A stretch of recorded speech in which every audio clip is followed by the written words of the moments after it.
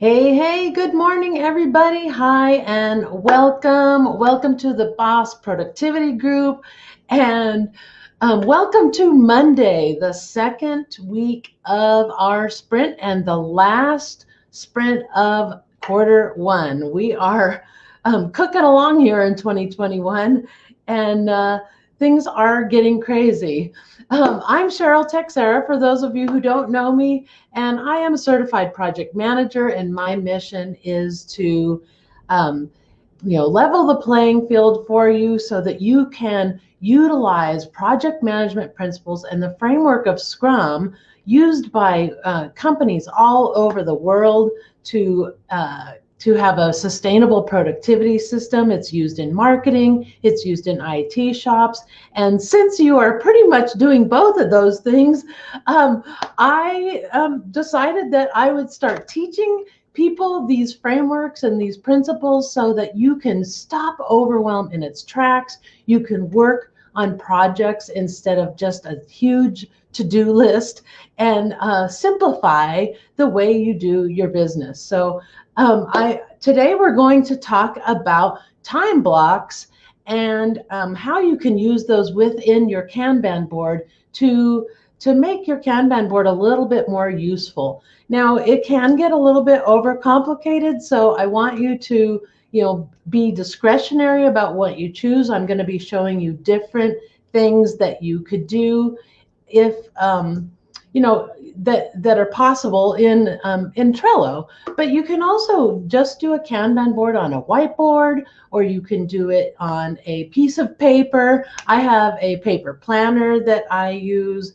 and it is it has like a kind of a Kanban board in it, so you could use it that way as well. So it doesn't have to be something super formal. That's the beauty of Scrum, is it is sort of informal. Now, I like to have a little bit more of a formal and informal approach to the way I do things, because I do like to have some of my work documented a little bit so that I know what I'm doing. I make my execution more efficient by doing a little bit of planning and formalizing ahead of time, rather than just pushing buttons until it works, and redoing a bunch of things, trying one thing, and starting over and all that stuff. Now, that doesn't mean I don't do shoot from the hip. Sometimes I do. That's why we have Scrum, because we have a drive the spike method and all those things that we do to help us be bold and just get out there and do something. Make your mistakes early instead of doing it later on, right? And so I mean, you're going to make mistakes all the time, but getting used to rolling with the punches is going to make you a more resilient business owner in the long run. So I really, really encourage you to drive that spike and be bold. Get your stuff out there. Get people to look at your stuff, get some feedback, and start responding to their needs so that you can make better and better work for them as the years go by. Remember, I'm always, always telling you that you are, as a business owner, you're in charge of creating a career path for yourself. And as part of that, you're going to need to step into a leadership role, whether you have people or not working for you. You could, if you have a team, you're going to really need those leadership roles. But if you don't have a team, you need that to step into the leadership so that you can lead yourself and create some structure for yourself that will work for you in the long run. And it's going to take some experimenting and, trial and error, that kind of thing, to figure out what rhythm you're going to finally get into. But I'm hoping that some of the things that I teach you will help you to get into a better rhythm more consistently, so that you can get all those things done that are on your massive to-do list. I know it's massive because I have one too. And also simplify that to-do list so that you're working in projects, and that way you can stay completely focused on the thing that's going to, move the needle, rather than working on one thing for this project, one thing for this, one thing for this, one thing for this, and never getting them done. You can start really focusing your attention on one project at a time. And that way you can build in the pieces. You can build in the pieces that you need for a larger project. Okay, so be sure to say hello if you're here. I love to say hi and see you out there. So say hello. I need to hear from you. I see you out there, but I can't see your comments. So give me some fire or something if you're ready for this. I am ready to get this going for you so we can talk about time blocks and your Kanban board. All right, so one of the things that I talk about, and I have my I have my little time block thing. I'm sure that you've probably seen it.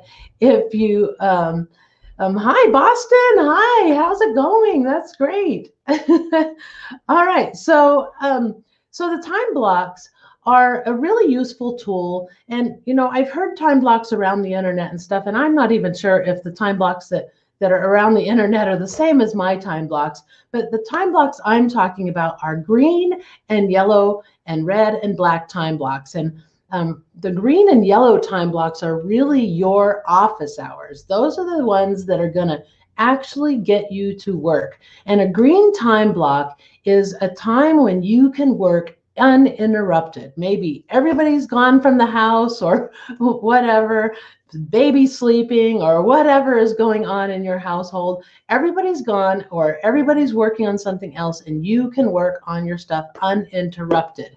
Okay, so that's a green time block. And I want you to really look at your day and look at everything that's going on. Now, the other one that's on the other extreme is a blackout time. Now, blackout time is that time that you're dedicated 100% to your life, your family, all those things, and you are just recharging, getting away from your work, taking care of yourself, getting exercise, all those things that you need to do. Now, I don't want you to get into time blocking your whole life. So that's why I recommend just blacking out that time so that you could, so that you can, just relax into that time. You don't need to schedule when you're going to do the dishes or do housework or any of that stuff on your Kanban board, right? You just need to know that that time is not available for you to work. And I want you to protect that blackout time just as much as you protect that green time. The green time is something you really need to protect. And I think that sometimes we as home businesses, we tend to let that line blur a little too much and get ourselves all, racked up with stress because we are not having good enough boundaries. So this is about boundaries. The time blocks are about boundaries for you. And I want you to start setting them so that you can have, you can start getting your family to respect your time blocks as well, because that's one of the keys, right? If you have people interrupting you constantly during your green block time, you're not going to get things done like you would if you were uninterrupted. And I'm talking about, if you're writing content or you're doing something you really need full focus, maybe you're learning something, right? Or you're reading a book that's teaching you some things, whatever it might be. I want you to protect that time with the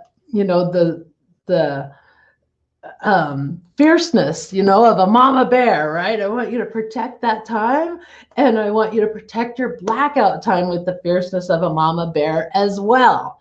Okay, and then there are yellow time blocks. Now, the yellow time blocks are time when you might be interrupted. If you're homeschooling your kids, you might be looking at, maybe they have 15 minutes where they're needing to do an exercise and you're working on your stuff while they're doing that. And maybe they might interrupt you for questions or something like that, right? So those are those times you can take advantage of, but you need to do things that are more in alignment with the ability, to take a disruption and not let it derail you.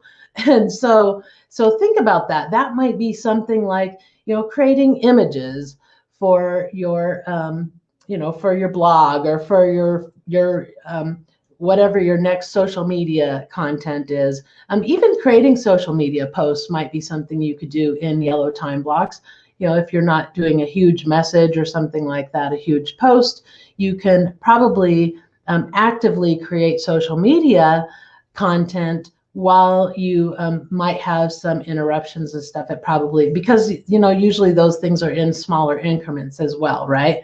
And that's the other thing that I like to talk about with time blocks is leveraging every bit of time that you possibly have to work on your business. So okay, so the first thing that I want you to do is I want you to really look at those time blocks. And if you haven't downloaded the Take Charge of Your Time freebie that I sent out with the boot camp, you can get that. I'll be sending it out with a replay today. And I'll be sending you another little cute thing I made just for fun. So if you're not on my email list, we need to get you on my email list. So I'll be posting that in the Facebook group as well with a link. I actually have a link here that you can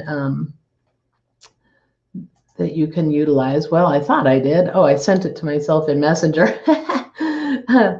Don't you love that when you do stuff like that? So here's the little form if you want to fill it out. I'll put this crazy long link in the feed here. I haven't even found myself live yet, so I've been moving around. Okay, so I had thanks for hosting this live. The timing couldn't be more perfect since I have several projects running simultaneously. And oh, good. That's great. Yeah, the interruptions are hard. There's a comment here that says the interruptions are so hard, particularly when others don't understand that you are at work, even then that you aren't commuting. That's right. It is so true. And so that's why I want you to start focusing on the time blocks. I'm going to show you what I made for you. It was actually inspired by a Scrum boss who made this thing for me at one time. So, or she made it for herself, for her 6-year-old, and it worked. He knew exactly what to do, and it was really cool. So let's see. I'm trying to make this little bit.ly thing here. Okay, here it is. I'll put it in here now. I should have done that earlier. I was kind of scrambling this morning. Okay. So you can grab that. You can sign up, and then I'll be sending all this stuff out. So if you're not on my list, then you can get on my list. Otherwise, you'll be getting it. You don't need to sign in. Okay. So yeah, the interruptions are bad, and so I want to teach you, or I want to give you some tips on how you can sort of protect that time, and I'll get to that in just a few minutes. Okay, so now that you've blocked out your time, right? You're looking at your calendar. One of the things that you can do that's super helpful is to start by looking at the next 2 weeks only, right? So when we do sprint planning, which starts on Monday next week, right? So you're in the middle of a sprint right now, so you have time to prepare and time to think about this. So Monday is sprint planning day, and on sprint planning day, the first thing I'd like to see you do is look at your schedule. Look at all the appointments you have, even if it's not work related, just put those on your calendar, and then start looking at when you're going to have time to actually have desk time, right? Because working on your business and working in your business are two different things, right? And if you're a coach or you have client work, you're seeing patients, whatever it is that you're doing, that's not desk time, and you're not going to be able to work on projects during that period of time. So block those babies out, get them out, because you're not going to be able to utilize and leverage that time the way you need to. And then create your green and yellow time blocks in there. Now, I do have one other time block. It's called red. And the only reason why I have that is that there might be some times when you have normal blackout time that could end up being time that you get some work done. And it could be because you're up against a deadline and you really want to make the deadline, though I don't recommend that on a regular basis because you will burn out. So try not to do that. And I'll give you some tips here in a few minutes on how to do that. And then, but go ahead and think about that red time, because if you had an appointment and it got canceled, now you have some bonus time, right? You have bonus time. Another way of red time might be if you're cooking dinner and you're kind of manning social media and you're communicating with people while you're cooking dinner. That's the beauty of the internet and the beauty of instant messaging, and the beauty of social media is that we can interact with people all times, but it can also be a curse, right? Because then, I can get into the trap of just if my browser is loading slow, then I'm over here on my phone in my Facebook feed going down a rabbit hole, right? So guard against that kind of stuff, because we all do it. We all do it, and it's completely normal. But if you can, stop those and not do so many of them, that will really help you. So okay. So once you've identified all those appointments and all that, now you can really look and identify those green and yellow time blocks. When nobody's going to be in the house, when everybody's going to be sleeping or working on their own stuff, and you're going to have some green time. So start blocking that stuff out. And then the next thing I want you to do is start identifying all the things that you need to do. Now, remember that I like to work in projects, right? Instead of having 35 things on your to-do list, you might only have 6 if you've grouped things into projects. And then you just slate out time during your sprint to work on those projects. I recommend your projects take about 25% of your time. Your day-to-day work, your appointments, and all those things, another 25%, and another 25% on marketing. And then you have 25% of just free time that will, I guarantee, get filled up with stuff, because you're going to have obstacles. You're going to maybe not do a good estimate. You're not going to know how long something takes, and you're going to have to just, do it and see how long it takes, right? And so it may take longer than you anticipated or planned for. So I want you to start identifying all the things that you want to do. Kind of keep that in mind, the 25% rule on all those things. And then we're going to prioritize those things. And how do we prioritize? Who knows? Who knows? Must have, should have, could have, and won't have at this time, right? Must have, should have, could have, and won't have at this time. Those must-haves. I mean, that's the easiest way to prioritize and identify what it is that you really, really need to do, right? And then the should-haves are those things that, yeah, you really should, but, nobody's going to die, or, nothing bad's going to happen if you don't get that thing done, and you might be able to prioritize it right into the next sprint. And then those could-haves are those real nice to have things, maybe some of the fluff, right? Some of the things that make it pretty, that kind of thing. You can probably see by, my design skills that pretty is, barely there. I try. And I buy other people's templates to help me out, because I'm not very crafty and good at that stuff. So, that right now is a could have. A could have is someday I'd like to hire a designer to do all those things for me, but right now I'm not going to do that. It's not a priority for me. The priority for me is getting content out to you, getting help out to you, so you can be more productive more quickly, and make your dreams come true, right? Realize those dreams by working one project at a time, right? We build out your business one project at a time. Oh, hi, Becky. Hi. Welcome back. I missed you. I missed you a lot. Okay, and then so now I want to kind of show you some of the things that we can do in Trello. So I'm going to show you a board that I created. It's kind of a it's the same Kanban board that I use. I just simplified it a little bit here so you can look, so you can see it. But here's the thing. I don't know if you can. Okay, here we go. Let me know if you can't see this, but right now I've got just this one card, and the card is how to copy this board, right? That's the one main thing that you guys have to do when I give you these boards, is first you make a copy of that board, right? So that you don't so you don't end up making modifications to my board and then I delete all your changes. So so I have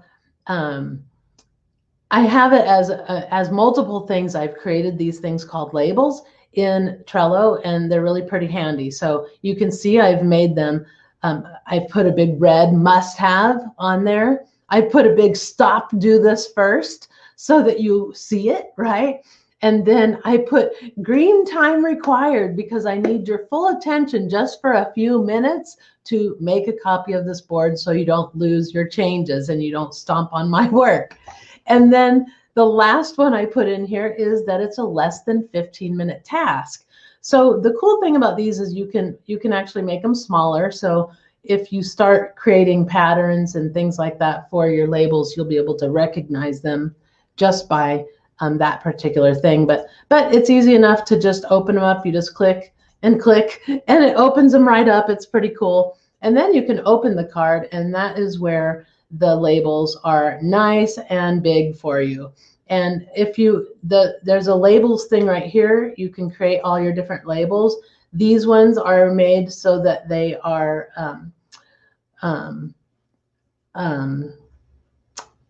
they're like friendly for people who are colorblind, right? So they give you a different pattern so that you can can see the difference between the two things. And so anyway, so that's how you create them. And it's really simple. You can just create right up in here. You could say search labels and you can find them, or you can create a new label. You can say my new label and then pick a color that you want for it, whatever color you like. So say that one and then create, and there we go. We have my new label. Now, if we want to remove that my new label, all we do is again, open up the labels and find the my new label, and there's a little checkbox right here. You can just uncheck it. Okay, so you can see though that I've created labels for a bunch of different things, and you can utilize these labels with these colors. They don't offer a lot of colors, so you got to also put the words in there somewhere too, so that you have two different differentiating factors, right? You have a color. Well, you have a color and you have a pattern, and you have the words, green time required or must have, or yellow time, will work. And that's the one I have. Yellow time will work. Okay, you could probably do this one with some distractions, but I just wanted you to take a moment, right, and really do this. So, but yellow time will work, right? So then you have, this is a yellow time, and now you can see that, okay, this is something I can quickly grab that while my kid is doing their assignment or something like that, right? Or in between phone calls, right? In between appointments that you have with clients or whatever. And so you can start leveraging smaller blocks of time when you might have some disruptions, where you might have where it might be separated too. Maybe you can get 15 minutes of it done now, and another half an hour done later, and another half an hour done later to complete that whole entire item on your list. And then the other piece is to start creating time blocks. Start estimating your tasks, and then add them as a label. So you have this, hey, less than 15 minutes. This task is going to take less than 15 minutes. You see that if you had, 6 things on your list for the sprint that were less than 15-minute tasks, then you can start leveraging those small blocks of time, right? Those really small blocks of time. So think about that when you're building out your Trello board, that you could just label everything that's a less than a 15-minute task and get those things labeled so you can easily grab them. And the beauty of doing Scrum, you guys, is that we plan up front. We plan before a sprint, and right at the front of the sprint, and then you don't have to plan each and every day, right? So you take an hour or so to get your sprint planned, and then all you're doing the rest of the week is just starting to knock out those things on that list, rather than having to make a list every single day, that kind of thing. You already sort of have it mapped out. Now, that's not to say that you are not going to still sort of plan your day out, right? That's what the daily scrum is for. You're going to go in and look at your Kanban board each and every day. You're going to make sure that the things that you've already done are updated, to the done column, right? They're moved over to the done column. And then you are going to decide what you're going to do today, right? You're going to look at your backlog. You're going to your sprint backlog, not your big backlog, and you're going to start planning, what you're going to do and pull those things over or mark them, move them up to the top of the list, right? Must have, should have, could have, won't have at this time. So if you have, if you have a lot of competing things, then that is a really nice way to start prioritizing is, geez, by the end of this sprint, what do I really need to have done? Like I absolutely non-negotiable, have to have these things done. Those are the things you do first during that green time or those larger blocks of time that you have. But don't forget to leverage those little 15-minute time slots, because if you have 4 of those in a day, that's a whole hour of work that you can get done that was really just not that big of a deal, right? You just took that extra 15 minutes that you happen to have and you knock something off that list. So be sure and take the time to identify those really quick tasks that you need to do. And those are like social media posts, that kind of stuff, right? Communicating with a client, maybe messaging somebody, checking in on them, whatever, right? All those different things that we want to do to nurture our audience and make sure that they understand that we really care about them and we really want to help them, right? Because that's really what it's about. And I really believe that that if you come from a position of kindness and caring, marketing gets easier and easier. I know for me that marketing is one of my biggest challenges, and it's been, it's been 18 months now that I've been in business, and that still is a challenge for me. And I have to always be doing things to help me not feel salesy. And so if you feel that way ever, then, those are the things that you want to start working on, right? And that's, for me, is I really try to come from a position of that I truly do want to help people. That's why my company's called Ghost Light. I want to leave my light to shine for everyone else to take and build on, right? To take and build on into the future. I don't want my resume to retire with me when I retire. I want other people to carry it on. And so that is a huge reason why I'm here today for you, because I love that. I love that. And so anyway, I got off track, but that is kind of how you can start using labels to make your Kanban board easier for you to use. And then of course you have this dragging, gosh, I mean, that is just a really great thing, and it updates everything for you. You also have a calendar plug-in that you can get for free. You're allowed one calendar or one plug-in. They're called power-ups in Trello per board if you're on the free account. And the calendar one is good if you like calendars, and then you can start putting in your appointments and things like that. However, I don't use my Trello board for any of my appointments. I don't do that because it crowds my board. I just know that I have certain periods of time when I have uninterrupted time. For me, it's from like 5 a.m. to 7 a.m. and during the week, and then early mornings on the weekends. That is my green time when I have uninterrupted time. And so that's the other thing I want you to start doing, is looking for patterns. So if you kind of have a crazy schedule, right, you're going to probably see that, I don't need to share this. You can't even read this. You probably may not even see that there is a pattern, right? There's a pattern with how you run your life. And it isn't necessarily how you run your schedule necessarily. It's how you run your life. You probably are in some sort of pattern, right? You get up at a certain time almost every single day. You go to bed at a certain time almost every single day. If you have to schedule appointments, you kind of have a pattern of when you like to schedule appointments because it's convenient for you, right? So start really looking at those patterns to identify what your pattern is so that you can more quickly do your time blocks, and then you just have a few disruptions here and there for appointments that you weren't really counting on or something like that.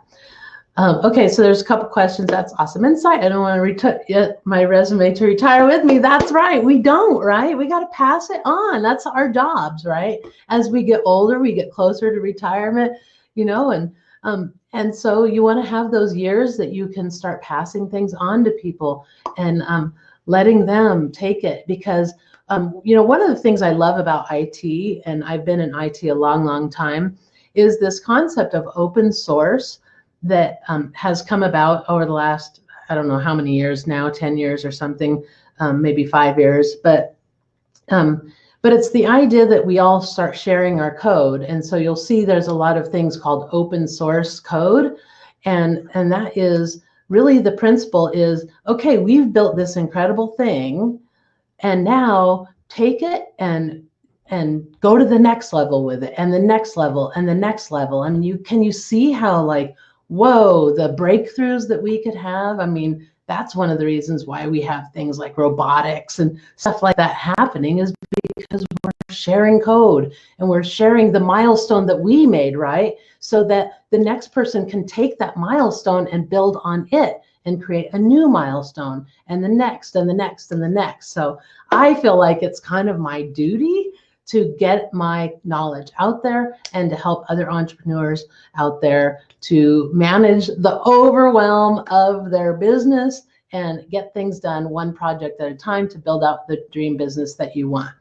Another question is, where do you keep your calendar?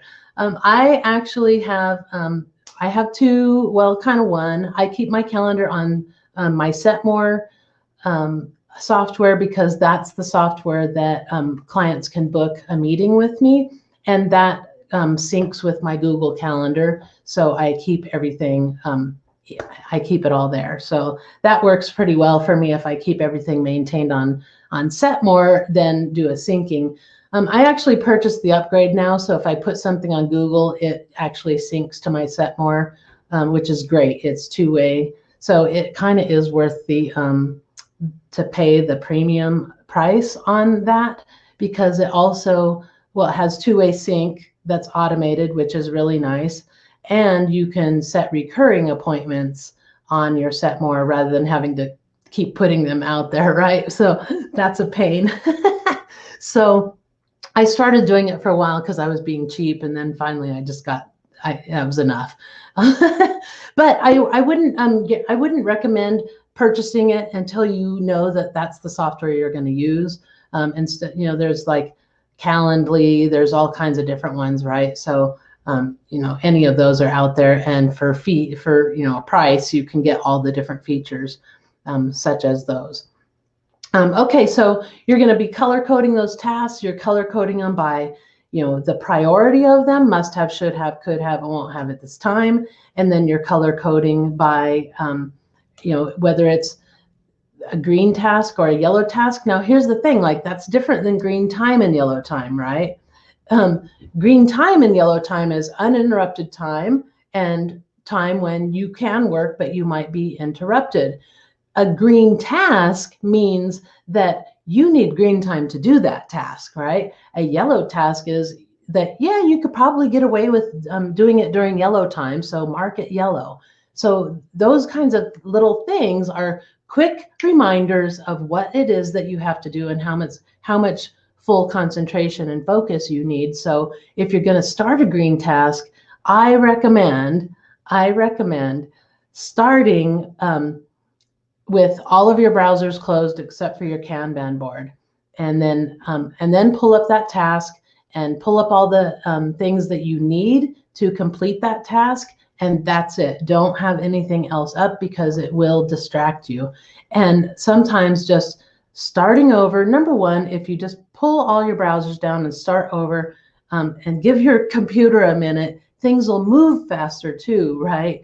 you won't have that bogged down memory on your computer where you're struggling to get, get from one when you're navigating through the internet, getting from one place to another, just loading a page can get really bad if you have like a zillion tabs open and you're not starting over. So I highly, highly recommend starting over when you have a green task, right? It's requiring green time. You're in green time. Let's pull down all those browsers and get fully focused on the one thing that you have to do. If you have to move your phone away from you, because I noticed that I've been getting into this habit where I'm constantly just looking at my phone. Even when I'm in blackout time, I'm just like, it's a habit now.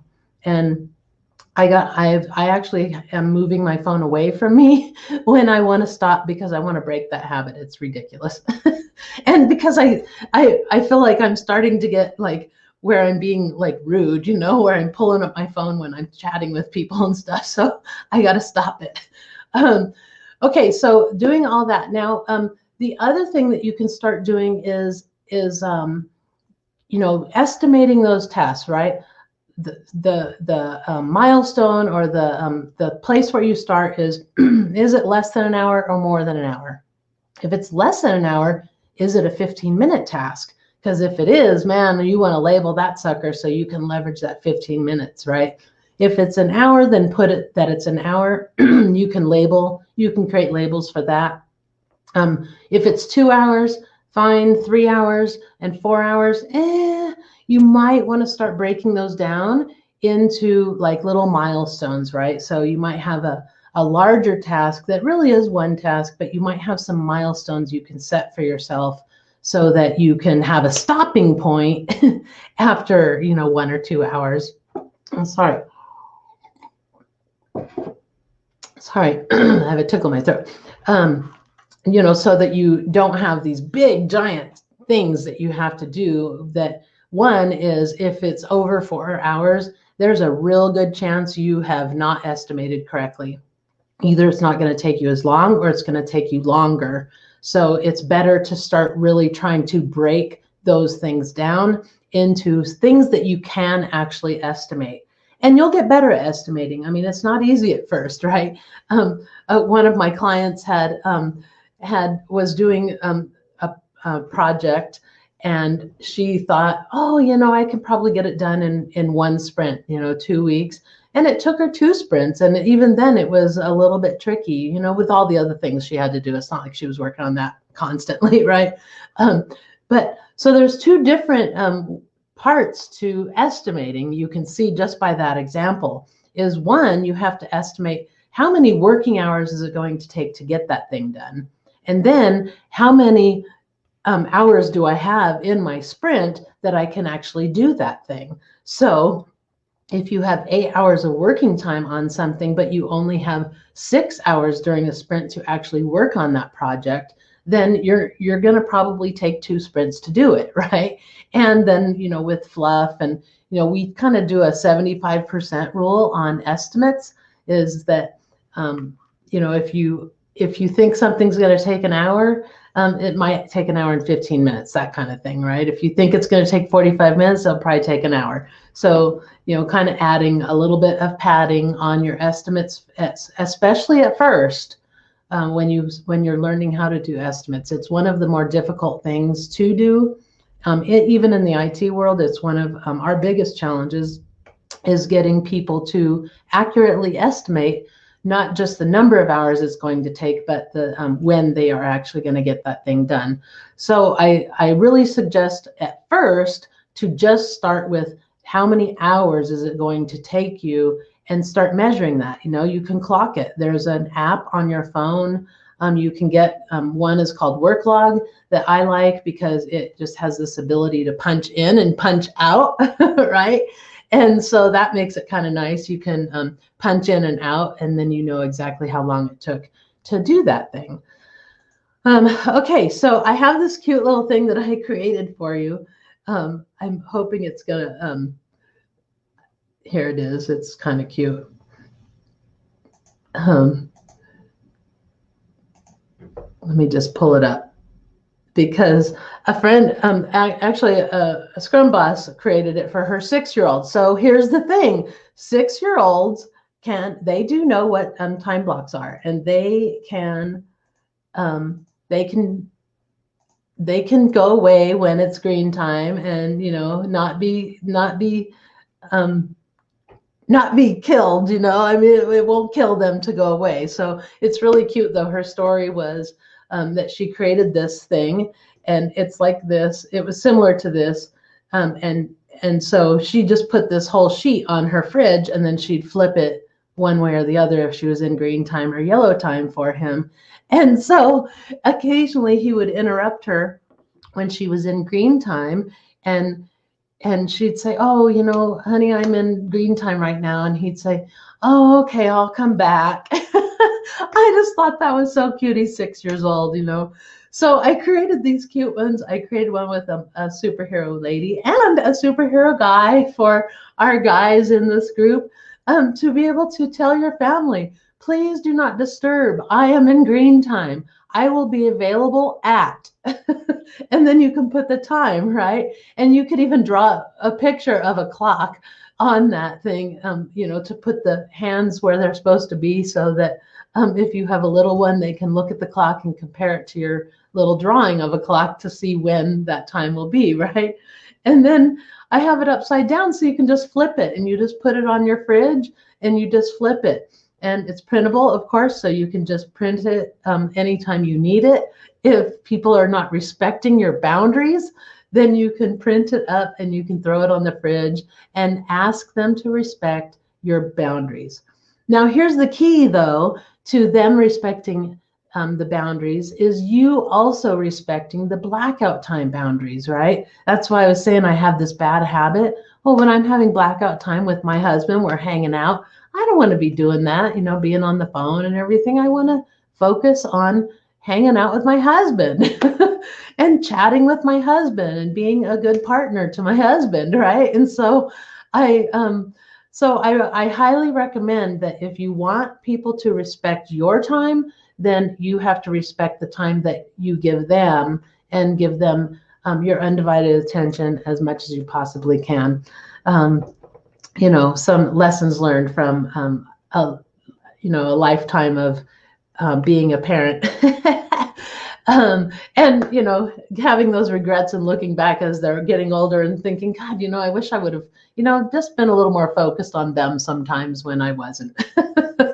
Okay, so isn't that cute, though? That's a cute way to do things, and it's kind of friendly, and it's kind of a nice way to help people understand that you have a boundary and that you take your business seriously. Because if you don't take your business seriously, nobody else will, I guarantee it.